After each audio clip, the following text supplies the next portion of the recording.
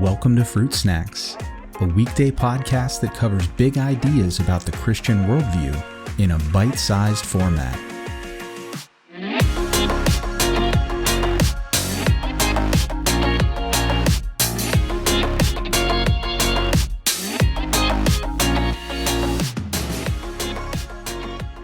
Hey everyone, welcome back to another episode of Fruit Snacks.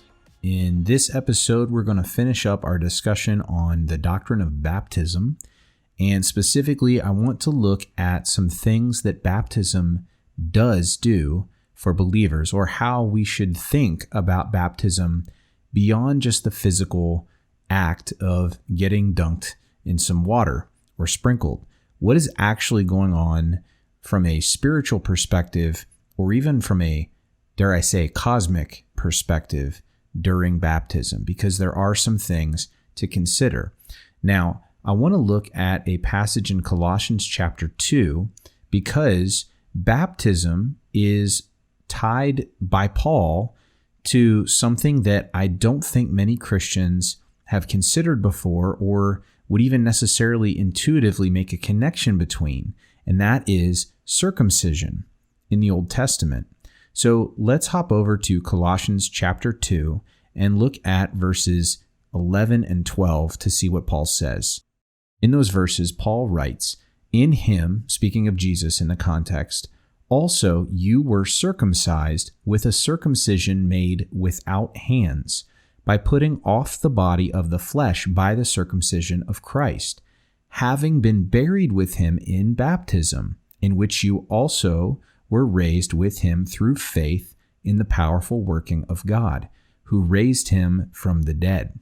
And so it's interesting here that Paul makes a direct correlation between Old Testament circumcision and New Testament baptism, saying essentially that Christians have been, in a way, circumcised, although in a spiritual sense, by having been baptized and gone through that process of identifying with Christ in his death and resurrection, because you are now a new creature. And in a way, that is sort of like having been circumcised, spiritually speaking. Now, what that means is a couple things. Because in Paul's thinking, baptism is directly correlated with circumcision, that means that we cannot, or at very least we should not, ascribe to baptism anything that cannot also be ascribed to circumcision.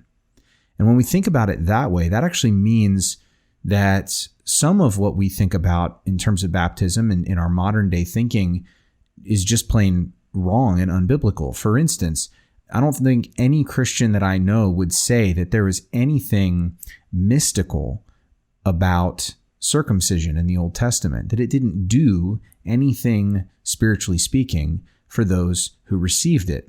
And in the same way, if it's the case that baptism and circumcision are tied together here in this passage in Colossians, then that means that baptism doesn't do anything mystical for the believer either. What it does, and what we can say about both baptism and circumcision, is that these were ways of identifying one as part of God's people, as a way of belonging to him. But we can certainly affirm that circumcision was not in any way salvific, that is, gaining salvation for a person in the Old Testament. How do we know this? Well, first of all, we know this because during the events of Numbers, when Israel, who was circumcised, basically went on a 40-year death march in the wilderness because they were denied entry to the promised land. That generation was because of their disobedience. They were all circumcised because they were Israelites, and yet they died because of disobedience. That doesn't mean they weren't part of God's chosen people, but what it does mean is that their individual fate and their so-called perseverance wasn't dependent upon some outward symbol that they had or some outward act. And in the same way, just because a Christian has been baptized in no way guarantees that they will have a certain level of spiritual fitness or performance or perseverance throughout their Christian life. It's an outward symbol that identifies them as part of God's people, but that's it. It's an outward symbol of identification. It doesn't have anything to do with personal sanctification or salvation. In a way, both of these things, circumcision and baptism, were a statements, but they were statements to different groups. These were both statements to other people that I have identified myself with Yahweh. I belong to God in the Old Testament, or that I am a follower of Jesus Christ in the New Testament era. But I want you to think about baptism also as a form of spiritual warfare, because by choosing to get baptized as a Christian, you are making a declaration to spiritual darkness. You are drawing a line in the sand, so to speak, and saying, this is where my loyalty lies now. You have no power over me anymore. What are you going to do about it? And basically letting the forces of spiritual darkness, you're putting them on notice when you get baptized, and you're declaring that you're not their property anymore. And so I want you to think that about baptism in almost cosmic terms, as I said earlier, because it truly is a spiritual act. It's not just a physical thing. Oh, I got baptized at my church or in my neighbor's pool one Sunday after service.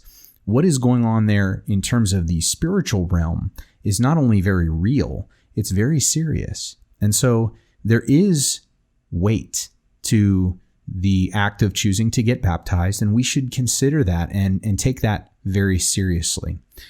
One more note on this. I think that because of this connection between baptism and circumcision, this is why the church was absolutely correct in Acts chapter 15 not to require circumcision of Gentile converts to Christianity, for no other reason than baptism in the New Testament economy has replaced circumcision. As Paul says here, you are circumcised spiritually by the act of baptism and by identification with Christ. And so there is no more need for any other way of outward identification with Jesus or Christians. All right, well, that wraps us up on this look at baptism. I hope that you found this helpful. Next week, we're going to turn our attention to another doctrine, so please stay tuned. I can't wait to join you next week for more.